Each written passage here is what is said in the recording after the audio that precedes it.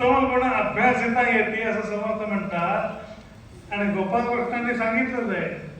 आता मी तुम्हाला गोपालकृष्णांच्या चरित्राचा पूर्ण अभ्यास करण्यासाठी एक OTP सांगणार आहे.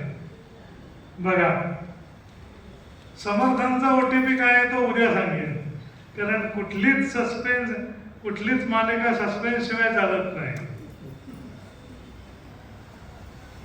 गोपालकृष्णाचा OTP असा आहे की 8व्यातल्या 8व्याला आठवण्यासाठी 8व्यातला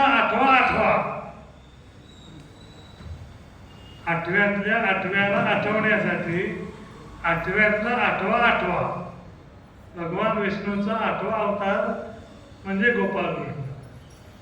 त्याला आठवण्यासाठी त्यानेच सांगितलेल्या भगवद्गीतेतल्या 8व्या अध्यायातला 8वा श्लोक आठवा. हा